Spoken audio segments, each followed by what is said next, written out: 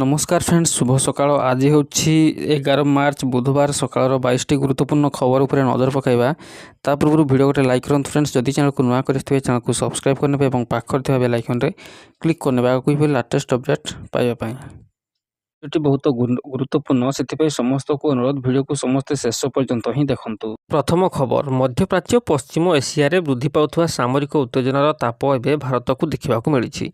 Iran America विवाद जो वाणिज्य सामुद्रिक वाणिज्य मार्ग विशेषकर हरमुज प्रणाली बाधा सृष्टि हेबा द्वारा भारतर एलपीजी जोगाण व्यवस्था बाधाप्राप्त होइछि। याफल अनेक राज्य में वाणिज्यिक गैस अभाव देखा देछि एवं घरोई सिलिंडर बुकिंग नियम को कड़ाकड़ी कर घरोई रंधन गैस बुकिंग नियम एवं बड़ परिवर्तन कर लोकों को नुआ सिलिंडर पर अति कम 25 दिन अपेक्षा करने को पड़ो। यह नियम कार्यकारी करने गैस एजेंसी गुड़िक सेमानकर सॉफ्टवेयर अपडेट करछंती। एही परिवर्तन सत्वे बुकिंग 24 घंटा मध्य सिलिंडर डेलीवरी करा घरोई ग्राहकों को प्राथमिकता मिलिबो। कंचामाल प्रोपेन एवं ब्यूटेन अभाव को दृष्टि रखी सरकार अत्यावश्यक सामग्री आईन अनुसार जरूरीकालीन व्यवस्था लागू करछंती। तैल कंपानी गुड़िक आईओसीएल एचपीसीएल बीपीसीएल प्रथमे घरोई 14.2 किलोग्राम सिलिंडर पर उपलब्ध स्टॉक संरक्षण करने को निर्देश दि जाइछि। किंतु यार एक बड़ प्रभाव कमर्शियल क्षेत्र उपर पड़ुवा देखा मिली।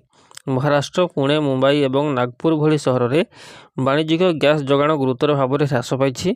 पुणे में एलपीजी चालित श्मशान को अस्थायी भाव में बंद करने को पड़ी। प्राय 9000 रेस्टोरेंट और बार कार्य गुरुतर भाव में प्रभावित होइछि।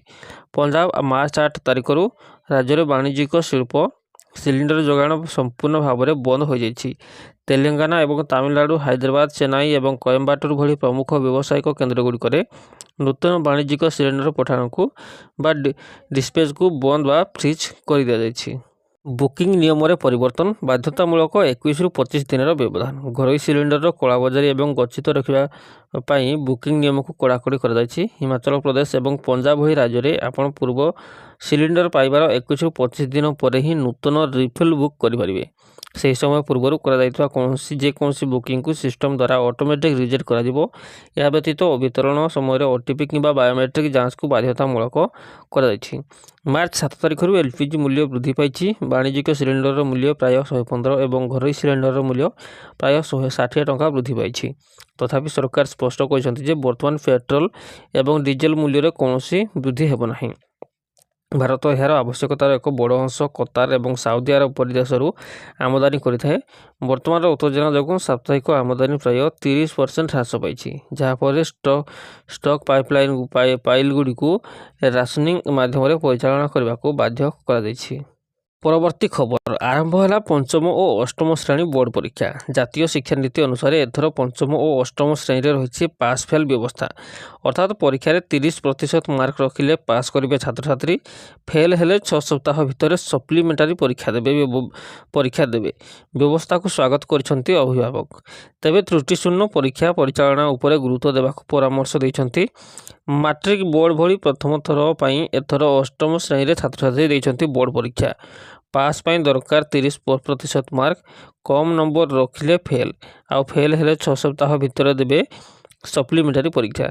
सकाळ 7 ରୁ 9ଟା और 9ଟା ରୁ 30 ରୁ 11ଟା 30 दुईटी सिटिंग होउछि परीक्षा। मैट्रिक परीक्षा भली स्ट्रंग रूम रे रही प्रश्नपत्र सकाळ स्वतंत्र स्कूल रे सुरक्षा रे स्कूल रे पहुंची थिला प्रश्नपत्र। परीक्षा पर ब्लॉक स्तर में स्वतंत्र स्क्वाड गठन कर प्रति स्क्वाड रे 3 जन लेखाएं सदस्य रही। से भली जिला और राज्य स्तर में स्क्वाड रही।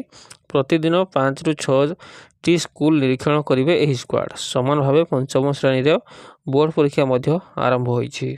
पंचम श्रेणी पिलांक 50 मार्क परीक्षा थिबा बेले सेथिरु 10 मार्क मौखिक और 40 मार्क लिखित परीक्षा होइछि। सेहि भली अष्टम श्रेणी 50 मार्क लिखित परीक्षा होइछि। सेथिरु प्रश्नपत्र रे 30 मार्क अर्थात 60% संक्षिप्त प्रश्न रहिता बेले 20 मार्क दीर्घ उत्तरमूलक प्रश्न रही। छात्र छात्री मध्य पाठपढ़ा प्रति श्रृंखला और सचेतनता वृद्धि कर एभली व्यवस्था बेस सहायक हेबो बोली कहते अभिभावक। किंतु स्वच्छतार सह परीक्षा परिचालना अनुरोध कर परीक्षा पर स्कूल स्तर में विषय अनुसार शिक्षक मैंने खाता देखिए। मूल्यांकन पर छात्र छात्री को प्रोग्रेस रिपोर्ट दिज्व। छात्र छात्री भविष्य प्रतियोगिता को नजर रखी गणशिक्षा विभाग पक्षर एभली व्यवस्था कर। ପରବର୍ତ୍ତୀ ଖବର ମଧ୍ୟପ୍ରାଚ୍ୟରେ ଇସ୍ରାଏଲ ଏବଂ ଇରାନ ମଧ୍ୟରେ ଚାଲିଥିବା ବିବାଦର ପ୍ରାୟ 10 ଦିନ ବିତିଗଲାଣି। ବିଶ୍ୱ ଶକ୍ତି ବଜାର ଏବେ ଉପରେ ଏହାର ପ୍ରଭାବ ସ୍ପଷ୍ଟ ଭାବରେ ଦେଖାଦେଇଛି।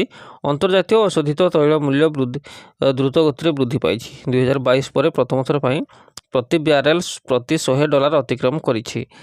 ଏହି ବିବାଦ ଯୋଗୁଁ ହର୍ମୁଜ ପ୍ରଣାଳୀ ଦେଇ ଯୋଗାଣ ନେଇ ଅନିଶ୍ଚିତତା ତୈଳ ବଜାରର ଅଶାନ୍ତିକୁ ଆହୁରି ତୀବ୍ର କରିଛି। ଅଶୋଧିତ ତୈଳ ମୂଲ୍ୟରେ ଏହି ବୃଦ୍ଧି ପରେ ବର୍ତ୍ତମାନ ସବୁଠାରୁ ବଡ଼ ପ୍ରଶ୍ନ ହେଉଛି, ଏହା ସାଧାରଣ ଲୋକଙ୍କ ପକେଟ୍ ଉପରେ ପ୍ରଭାବ ପକାଇବ କି? ବିଶେଷ କରି ପେଟ୍ରୋଲ ଏବଂ ଡିଜେଲର ମୂଲ୍ୟକୁ ନେଇ ଚିନ୍ତା ବଢ଼ିଛି। ଭାରତ ଏବଂ ପାକିସ୍ତାନ ଏବଂ ବାଂଲାଦେଶ ଭଳି ପଡ଼ୋଶୀ ଦେଶଗୁଡ଼ିକର ପରିସ୍ଥିତି କ'ଣ? ଭାରତ ପରି ଏହି ଦେଶଗୁଡ଼ିକ ଅଶୋଧିତ ତୈଳ ଆମଦାନୀ ଉପରେ ଅତ୍ୟନ୍ତ ନିର୍ଭରଶୀଳ। ଭାରତରେ ମୂଲ୍ୟ ଭାରତର ଶକ୍ତି ଆବଶ୍ୟକତାକୁ ପୂରଣ କରିବା ପାଇଁ ଆମଦାନୀ ଉପରେ ବହୁତ ନିର୍ଭର କରେ। ହର୍ମୁଜ ପ୍ରଣାଳୀ ବନ୍ଦ ହେବା ଫଳରେ ବିଶ୍ୱ ଯୋଗାଣରେ 20% ହ୍ରାସ ଘଟିଛି, କାରଣ ଏହି ରାସ୍ତା ଦେଇ 20% ଶକ୍ତି ବିଭିନ୍ନ ଦେଶକୁ ପରିବହନ କରାଯାଏ। ଭାରତରେ ପେଟ୍ରୋଲ ଏବଂ ଡିଜେଲ ମୂଲ୍ୟ ଅପରିବର୍ତ୍ତିତ ରହିଛି, ହେଲେ ଗତ ସପ୍ତାହରେ LPG ମୂଲ୍ୟ ବୃଦ୍ଧି ପାଇଛି।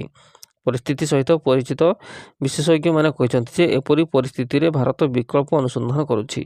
ନିକଟ ଭବିଷ୍ୟତରେ ତୈଳ ଅଭାବକୁ ଏଡ଼ାଇବା ପାଇଁ ଦେଶରେ ଯୋଗାଣ ବୃଦ୍ଧି କରିବାକୁ ମଧ୍ୟ ରିଫାଇନିଂ କମ୍ପାନୀଗୁଡ଼ିକୁ କୁହାଯାଇଛି। ହେଲେ ଯଦି ଯୁଦ୍ଧ ଲମ୍ବା ସମୟ ଧରି ଚାଲେ, ତେବେ ପେଟ୍ରୋଲ ଏବଂ ଡିଜେଲ ମୂଲ୍ୟକୁ ବୃଦ୍ଧିକୁ ଏଡ଼ାଇ ଦିଆଯାଇପାରିବ ନାହିଁ। ପରବର୍ତ୍ତୀ ଖବର ମଧ୍ୟପ୍ରାଚ୍ୟରେ ତେଜସ୍ୱୀ ଯୁଦ୍ଧ, ଖାଇବା ତେଲ ଆମଦାନୀ ନେଇ ବଢ଼ିଲା ଚିନ୍ତା, ବଢ଼ିଲା ରିଫାଇନ୍ ଓ ପାମାଲିନ ତେଲ ଦର। ତୈଳ ଦର ବୃଦ୍ଧି ନେଇ ଓଡ଼ିଶା ବ୍ୟବସାୟୀ ମହାସଂଘ ସମ୍ପାଦକ ସୁଧାକର ପଣ୍ଡା ପ୍ରତିକ୍ରିୟା ଦେଇଛନ୍ତି। ସେ କହିଛନ୍ତି ଯେ ଓଡ଼ିଶା ମାର୍କେଟରେ ଦୈନିକ 1000ରୁ 1200 ଟନ୍ ରିଫାଇନ୍ ଓ ପାମାଲିନ ତେଲର ଆବଶ୍ୟକତା ରହିଛି।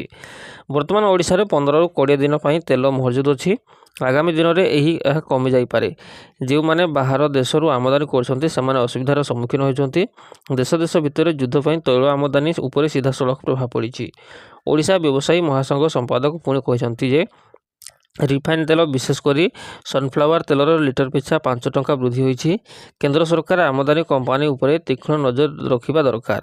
ଏହାସହ ସରକାର କଳା ବଜାର ଉପରେ ଧ୍ୟାନ ଦେବା ଦରକାର। ବର୍ତ୍ତମାନ ପାଇଁ ତେଲ ମହଜୁଦ ଅଛି, ଭୟଭୀତ ହେବାର ଆବଶ୍ୟକତା ନାହିଁ। ହେଲେ ଅଧିକ ଦିନ ଯୁଦ୍ଧ ଚାଲିଲେ ଏହାର ପ୍ରଭାବ ପଡ଼ିବ। ତେବେ ରିଫାଇନ୍ ତେଲ ଛାଡ଼ିଦେଲେ ସୋରିଷ, ବାଦାମ ତେଲ ପ୍ରଚୁର ଅଛି, ଏହାର ଦାମ ମଧ୍ୟ କମ୍ ଅଛି। ପରବର୍ତ୍ତୀ ଖବର ରାଜ୍ୟରେ ଆସନ୍ତା 11 ତାରିଖରୁ ବଢ଼ିବ ତାତି। ଦିନର ତାପମାତ୍ରା 2ରୁ 3 ଡିଗ୍ରୀ ପର୍ଯ୍ୟନ୍ତ ବଢ଼ିବା ନେଇ ଆକଳନ କରିଛି ପାଣିପାଗ ବିଭାଗ। ଟିଟିଲାଗଡ଼ ତାପମାତ୍ରା 40 ଡିଗ୍ରୀ ଛୁଇଁବାକୁ ଥିବାବେଳେ ପଶ୍ଚିମ ଓଡ଼ିଶାର ସମସ୍ତ ସହରର ଦିନର ତାପମାତ୍ରା 37 ଡିଗ୍ରୀରୁ ଅଧିକ ରହିବ ସମ୍ଭାବନା ରହିଛି। 12 ତାରିଖରେ ଟିଟିଲାଗଡ଼ ବ୍ୟତୀତ ବଲାଙ୍ଗୀର, ଭବାନୀପାଟଣା, ସୁବର୍ଣ୍ଣପୁର, ସମ୍ବଲପୁର, ଝାରସୁଗୁଡ଼ା, ସୁନ୍ଦରଗଡ଼, ଅନୁଗୁଳ, ବରଗଡ଼, ନୂଆପଡ଼ା ଜିଲ୍ଲାର ସର୍ବୋଚ୍ଚ ତାପମାତ୍ରା 40 ଡିଗ୍ରୀ ପାଖାପାଖି ରହିବାର ସମ୍ଭାବନା ରହିଛି। ଭୁବନେଶ୍ୱର, କଟକ ସମେତ ଉପକୂଳ ଓଡ଼ିଶାର ତାପମାତ୍ରା ମଧ୍ୟ 38 ଡିଗ୍ରୀ ଛୁଇଁବା ନେଇ ଆଞ୍ଚଳିକ ପାଣିପାଗ ବିଜ୍ଞାନ କେନ୍ଦ୍ର ପକ୍ଷରୁ ପୂର୍ବାନୁମାନ କରାଯାଇଛି। ସେପଟେ ଆସନ୍ତା 5 ଦିନ ମଧ୍ୟରେ ଦେଶର ବିଭିନ୍ନ ଅଞ୍ଚଳରେ ଗ୍ରୀଷ୍ମ ପ୍ରବାହ ପରିସ୍ଥିତି ସୃଷ୍ଟି ହେବ ବୋଲି ଭାରତୀୟ ପାଣିପାଗ ବିଭାଗ IMD ଚେତାବନୀ ଦେଇଛି। ଚଳିତ ମାର୍ଚ୍ଚରେ ଅତ୍ୟଧିକ ଉତ୍ତାପ ତାଲିକାରେ ବିଦର୍ଭର ନାମ ଯୋଡ଼ି ହୋଇଛି। ପରବର୍ତ୍ତୀ ଖବର ଖାଦ୍ୟ ସୁରକ୍ଷା ଯୋଜନାରେ ରାଜ୍ୟର 97% ହିତାଧିକାରୀଙ୍କ EKYC ସରିଲାଣି। ରାଜ୍ୟ ବାହାରେ ଥିବା ପାଖାପାଖି 1.5 ଲକ୍ଷ ହିତାଧିକାରୀ ବି EKYC କରିଛନ୍ତି। 10,47,000 ଲୋକଙ୍କ EKYC ବାକି ଅଛି। ସେମାନେ କାହିଁକି କରୁନାହାନ୍ତି ଆମେ ବୁଝିପାରୁନୁ। ଅଯୋଗ୍ୟ ହିତାଧିକାରୀଙ୍କୁ ବାଦ ଦେଇ ଆମେ ବାର୍ଷିକ ହାରାହାରି 215 କୋଟି ଟଙ୍କାର ଅପବ୍ୟୟକୁ ରଖିପାରୁଛୁ। ଆଜି ବିଧାନସଭାରେ ବିରୋଧୀଙ୍କ ଅଭିଯୋଗର ଜବାବ ଦେଇ ଏହା କହିଛନ୍ତି ଯୋଗାଣ ମନ୍ତ୍ରୀ କୃଷ୍ଣଚନ୍ଦ୍ର ପାତ୍ର। ମନ୍ତ୍ରୀ କହିଥିଲେ, ପୂର୍ବ ସରକାର 24 ବର୍ଷ ଧରି ଖାଉଟିଙ୍କୁ ଭୁଆଁ ବୁଲାଉଥିଲେ। ହିତାଧିକାରୀଙ୍କୁ ନୂଆ ରାସନ କାର୍ଡ଼ ପାଇଁ ଆବେଦନ କରିବାରୁ ବଞ୍ଚିତ କରିବା ପାଇଁ ପୂର୍ବ ସରକାର ପୋର୍ଟାଲକୁ ବନ୍ଦ କରିଦେଇଥିଲେ। ସେତେବେଳେ ବିଭିନ୍ନ ଆଳ ଦେଖାଇ ରାଜନୈତିକ ଉଦ୍ଦେଶ୍ୟ ରଖି ରାସନ କାର୍ଡ଼ କଟାଯାଉଥିଲା। ପୂର୍ବ ସରକାର ସମୟରେ ଅନ୍ୟାୟ ଭାବେ ବାଦ ପଡ଼ିଥିବା ଅଯୋଗ୍ୟ ହିତାଧିକାରୀଙ୍କର କ୍ଷେତ୍ର ତର୍ଜମା କରାଯାଇ ପୁନର୍ବାର ରାସନ କାର୍ଡ଼ ଦିଆଯାଇଛି। ନୂଆ ସରକାର ଆସିଲା ପରେ ରାସନ କାର୍ଡ଼ ପାଇଁ 17,38,946ଟି ଆବେଦନ ଉପରେ ତର୍ଜମା କରାଯାଇଛି। ସେ ମଧ୍ୟରୁ ପାଖାପାଖି 5 ଲକ୍ଷ ଆବେଦନକୁ ଯୋଗ୍ୟ ବିବେଚିତ କରାଯାଇ ଖାଦ୍ୟ ସୁରକ୍ଷା ଯୋଜନାରେ ଅନ୍ତର୍ଭୁକ୍ତ କରାଯାଇଛି। କୌଣସି ଜଣେ ବି ଯୋଗ୍ୟ ହିତାଧିକାରୀ ରାସନ କାର୍ଡ଼ ପାଇବାରୁ ବଞ୍ଚିତ ହେବେ ନାହିଁ। ମିଲରଙ୍କଠାରୁ ଟଙ୍କା ଆଦାୟ ସଂକ୍ରାନ୍ତରେ ଅଭିଯୋଗ ଉପରେ ମନ୍ତ୍ରୀ କହିଥିଲେ, ଯେଉଁମାନେ ଏଥିରେ ସମ୍ପୃକ୍ତ ଅଛନ୍ତି ବିଧାୟକ ତଥ୍ୟ ଦେଲେ ସରକାର କାର୍ଯ୍ୟାନୁଷ୍ଠାନ ଗ୍ରହଣ କରିବ। ଆମ ସରକାର ଶୂନ୍ୟ କଟନୀ ଛଟନୀ ନୀତି ଆପଣାଇଛନ୍ତି। ପୂର୍ବ ସରକାର ଅପେକ୍ଷା ଏବେର ସରକାର ଅଧିକ ଚାଷୀ ପଞ୍ଜୀକରଣ ହୋଇଥିଲା। बेले अमल अधिक धान मध्य किणा जाइछि। परवर्ती खबर पीएम किसान योजना फेब्रुआरी 13 रे चाषी खाता को आसिबो 22तम किस्ती। एही किस्ती रे 2000 टंका लेखाएं देशर लक्ष लक्ष चाषी खाता जमा हबो। सूचनायोग्य पीएम किसान योजना अधीन रे चाषी मानकु वार्षिक 6000 टंका 3टी समान किस्ती रे प्रदान करा जाए। या पूर्व गत नवेम्बर 19 तारिख रे प्रधानमंत्री मोदी तमिलनाडुर कोयम्बाटूर रे एक समारोह रे जोगदेई योजनार 21तम किस्ती मुक्ति लाभ करथिले। ଏହି ଯୋଜନା ଦେଶର କୋଟି କୋଟି ଚାଷୀ ପରିବାରକୁ ଆର୍ଥିକ ସହାୟତା ଯୋଗାଇ ସେମାନଙ୍କ ଜୀବନ ଧାରଣ ମାନର ଉନ୍ନତି ଆଣିବା ଲକ୍ଷ୍ୟ ରଖିଛି। ପରବର୍ତ୍ତୀ ଖବର ଯଦି ଆପଣ ଏହି ସପ୍ତାହରେ ରାତ୍ରି ଭୋଜନ ପାଇଁ ଯୋଜନା କରୁଛନ୍ତି ତେବେ ଟିକେ ଅପେକ୍ଷା କରନ୍ତୁ। ମଧ୍ୟପ୍ରଦେଶରେ ଚାଲିଥିବା ଯୁଦ୍ଧ ବର୍ତ୍ତମାନ ଆମର ରୋଷେଇ ଗ୍ୟାସ୍ ସିଲିଣ୍ଡରକୁ ସିଧାସଳଖ ପ୍ରଭାବିତ କରିଛି। ସରକାର ଏଲ୍ପିଜି ସମ୍ପର୍କରେ ଗୁରୁତ୍ୱପୂର୍ଣ୍ଣ ପରିବର୍ତ୍ତନ କରିଛନ୍ତି ଏବଂ ପରିସ୍ଥିତି ଏପରି ହୋଇଛି ଯେ ବାଣିଜ୍ୟିକ ଗ୍ୟାସ୍ ଯୋଗାଣ ଉପରେ କଟକଣା କଡ଼ାକଡ଼ି କରାଯାଇଛି। ନୂତନ ଏଲ୍ପିଜି ଅପଡେଟ୍ ତୈଳ ବିପଣନ କମ୍ପାନୀଗୁଡ଼ିକ ସାମ୍ପ୍ରତିକ ନିର୍ଦ୍ଦେଶ ପରେ ସେମାନଙ୍କର ସମ୍ପୂର୍ଣ୍ଣ ଗ୍ୟାସ୍ ବଣ୍ଟନ ରଣନୀତି ପରିବର୍ତ୍ତନ କରିଛନ୍ତି। ବର୍ତ୍ତମାନ ଗ୍ୟାସ୍କୁ ପ୍ରାଥମିକତା ଦିଆଯାଇଛି। ବର୍ତ୍ତମାନ କେବଳ ହସ୍ପିଟାଲ ଏବଂ ଶିକ୍ଷାନୁଷ୍ଠାନ ବାଣିଜ୍ୟିକ ଏଲ୍ପିଜି ସିଲିଣ୍ଡର ପାଇବେ। ହୋଟେଲ ରେଷ୍ଟୁରାଣ୍ଟ ଏବଂ ଅନ୍ୟାନ୍ୟ ବାଣିଜ୍ୟିକ ପ୍ରତିଷ୍ଠାନକୁ ସିଲିଣ୍ଡର ଯୋଗାଣ ସ୍ଥଗିତ ରଖାଯାଇଛି। ଏହି ନିଷ୍ପତ୍ତି କାହିଁକି ନିଆଯାଇଥିଲା? ଯୁଦ୍ଧ ଗ୍ୟାସ୍ ଆମଦାନୀରେ ଗୁରୁତ୍ୱପୂର୍ଣ୍ଣ ବାଧା ସୃଷ୍ଟି କରୁଛି, ଯାହା ଷ୍ଟକ୍ ସଂରକ୍ଷଣ ପାଇଁ ସରକାରଙ୍କୁ ଏହି ପଦକ୍ଷେପ ନେବାକୁ ବାଧ୍ୟ କରୁଛି। ଯଦି ଆପଣ ଆପଣଙ୍କ ଘର ପାଇଁ ଏଲ୍ପିଜି ସିଲିଣ୍ଡର ବ୍ୟବହାର କରନ୍ତି ତେବେ ଆପଣଙ୍କ ପାଇଁ ମଧ୍ୟ ଏକ ଗୁରୁତ୍ୱପୂର୍ଣ୍ଣ ପରିବର୍ତ୍ତନ ଆସିଛି। ପୂର୍ବରୁ ଆପଣ 21 ଦିନ ମଧ୍ୟରେ ଦ୍ୱିତୀୟ ସିଲିଣ୍ଡର ବୁକ୍ କରିପାରୁଥିଲେ, କିନ୍ତୁ ବର୍ତ୍ତମାନ ଏହି ସମୟସୀମା 25 ଦିନକୁ ବୃଦ୍ଧି କରାଯାଇଛି।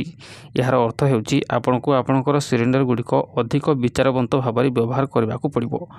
ଅସ୍ଥିରତାରେ ହୋଟେଲ ଶିଳ୍ପ ଏହି ସମସ୍ୟା କେବଳ ଗୋଟିଏ ସହର ପର୍ଯ୍ୟନ୍ତ ସୀମିତ ନୁହେଁ ବରଂ ସାରା ଦେଶରେ। ବାଙ୍ଗାଲୁରୁ ହୋଟେଲ ଆସୋସିଏସନ ମଧ୍ୟ ଚେତାବନୀ ଦେଇଛି ଯେ ଯଦି ଯୋଗାଣ ଶୀଘ୍ର ପୁନଃ ସ୍ଥାପିତ ନ ହୁଏ ତେବେ ସେମାନଙ୍କୁ ସେମାନଙ୍କର ହୋଟେଲଗୁଡ଼ିକୁ ବନ୍ଦ କରିବାକୁ ପଡ଼ିପାରେ। ତେବେ ବିତରକମାନେ କହିଛନ୍ତି ଯେ ବଟଲିଂ ପ୍ଲାଣ୍ଟଗୁଡ଼ିକରେ ବାଣିଜ୍ୟିକ ସିଲିଣ୍ଡର ଲୋଡିଂ ଏବଂ ବିଲିଂ ସମ୍ପୂର୍ଣ୍ଣ ଭାବରେ ବନ୍ଦ ହୋଇଯାଇଛି। ସମସ୍ତ ଷ୍ଟକ୍ ବର୍ତ୍ତମାନ କେବଳ ହସ୍ପିଟାଲ ଭଳି ଜରୁରୀକାଳୀନ ସେବା ପାଇଁ ସଂରକ୍ଷିତ ରଖାଯାଇଛି। ପରବର୍ତ୍ତୀ ପଦକ୍ଷେପ କ'ଣ? ବର୍ତ୍ତମାନ ସରକାର ଏବଂ ତୈଳ କମ୍ପାନୀଗୁଡ଼ିକ ପରବର୍ତ୍ତୀ ଆମଦାନୀ ଯୋଗାଣକୁ ଅପେକ୍ଷା କରିଛନ୍ତି। ବିତରକମାନଙ୍କୁ ସେମାନଙ୍କର ପ୍ରମୁଖ ଗ୍ରାହକମାନଙ୍କୁ ପରିସ୍ଥିତି ବୁଝାଇବାକୁ ଏବଂ ସ୍ୱାଭାବିକତା ଫେରିବା ମାତ୍ରେ ଯୋଗାଣ ପୁନର୍ବାର ଆରମ୍ଭ ହେବ ବୋଲି ଆଶ୍ୱାସନା ଦେବାକୁ ନିର୍ଦ୍ଦେଶ ଦିଆଯାଇଛି। ତଥାପି ସରକାର ଜନସାଧାରଣଙ୍କୁ ଭୟଭୀତ ନ ହେବାକୁ ଅନୁରୋଧ କରିଛନ୍ତି। କେବଳ ଧୈର୍ଯ୍ୟ ରଖନ୍ତୁ, ଏହା ଏକ ଅସ୍ଥାୟୀ ସଙ୍କଟ। ଆପଣଙ୍କ ପରିବାରର ସିଲିଣ୍ଡରଗୁଡ଼ିକ ସତର୍କତାର ସହ ବ୍ୟବହାର କରନ୍ତୁ ଏବଂ ଅନାବଶ୍ୟକ ଅପଚୟକୁ ଏଡ଼ାନ୍ତୁ। +2 ପରୀକ୍ଷାରେ ଅଧିକ ନମ୍ବର ରଖିବା ପାଇଁ ଛାତ୍ରଛାତ୍ରୀଙ୍କୁ ଆଉ ଏକ ସୁଯୋଗ ମିଳିବ। ଏଥିପାଇଁ ଚଳିତ ଶିକ୍ଷାବର୍ଷ ଠାରୁ ଉଚ୍ଚ ମାଧ୍ୟମିକ ଶିକ୍ଷା ପରିଷଦ CHSE ପକ୍ଷରୁ ନୂତନ ପଦକ୍ଷେପ ନିଆଯାଇଛି। ତ ପରୀକ୍ଷାରେ ପାସ୍ କରିଥିବା ପିଲାମାନେ ଗୋଟିଏ ବିଷୟରେ ଅଧିକ ମାର୍କ ରଖିବା ପାଇଁ ଇମ୍ପ୍ରୁଭମେଣ୍ଟ ବା ଉନ୍ନତି ପରୀକ୍ଷା ଦେଇପାରିବେ। ତ ସେମାନଙ୍କର ପରୀକ୍ଷାଫଳ 2 ମାସ ମଧ୍ୟରେ ପ୍ରକାଶ ପାଇବ ବୋଲି CHSE ପରୀକ୍ଷା ନିୟନ୍ତ୍ରକ ଡକ୍ଟର ପ୍ରଶାନ୍ତ କୁମାର ପରିଡ଼ା ସୂଚନା ଦେଇଛନ୍ତି। ତେବେ ଡକ୍ଟର ପରିଡ଼ା କହିଛନ୍ତି ଯେ ପୂର୍ବପରି ଗୋଟିଏ ବିଷୟରେ ଫେଲ୍ ହୋଇଥିବା ଛାତ୍ରଛାତ୍ରୀମାନେ ଇନଷ୍ଟାଣ୍ଟ ପରୀକ୍ଷା ଦେବେ। ମାତ୍ର ସମସ୍ତ ବିଷୟରେ ପାସ୍ କରିଥିବା ପିଲା ନିଜର ମାର୍କ ବା ପରସେଣ୍ଟ ବଢ଼ାଇବା ପାଇଁ ଇମ୍ପ୍ରୁଭମେଣ୍ଟ ପରୀକ୍ଷା ଦେଇପାରିବ। ନିଜ ଇଚ୍ଛା ମୁତାବକ କେବଳ ଗୋଟିଏ ବିଷୟରେ ହିଁ ଏହି ପରୀକ୍ଷା ଦେବାକୁ ଛାତ୍ରଛାତ୍ରୀମାନେ ସୁଯୋଗ ପାଇବେ। ଏକାଧିକ ବିଷୟରେ ଏହି ପରୀକ୍ଷା ଦେଇପାରିବେ ନାହିଁ। ଇନଷ୍ଟାଣ୍ଟ ପରୀକ୍ଷା ସହ ଇମ୍ପ୍ରୁଭମେଣ୍ଟ ପରୀକ୍ଷା ହେବ ଓ ଏକା ସାଙ୍ଗରେ ହିଁ ପରୀକ୍ଷାଫଳ ପ୍ରକାଶ ପାଇବ। ତେବେ ନିୟମିତ ପରୀକ୍ଷାଫଳ ପ୍ରକାଶ ପାଇବାର 60 ଦିନ ବା 2 ମାସରେ ଏସବୁ ପରୀକ୍ଷା ସରି ରେଜଲ୍ଟ ପ୍ରକାଶ ପାଇବ। ଇମ୍ପ୍ରୁଭମେଣ୍ଟ ପରୀକ୍ଷା ପାଇଁ ଗତ ଅଗଷ୍ଟ ମାସରୁ ନୀତିଗତ ନିଷ୍ପତ୍ତି ହୋଇଛି। 2026ରେ ବାର୍ଷିକ ପରୀକ୍ଷା ଦେଇଥିବା ଛାତ୍ରଛାତ୍ରୀଙ୍କ ଠାରୁ ଏହାକୁ ଲାଗୁ କରାଯାଇଥିବା ଡକ୍ଟର ପରିଡ଼ା ସ୍ପଷ୍ଟ କରିଛନ୍ତି।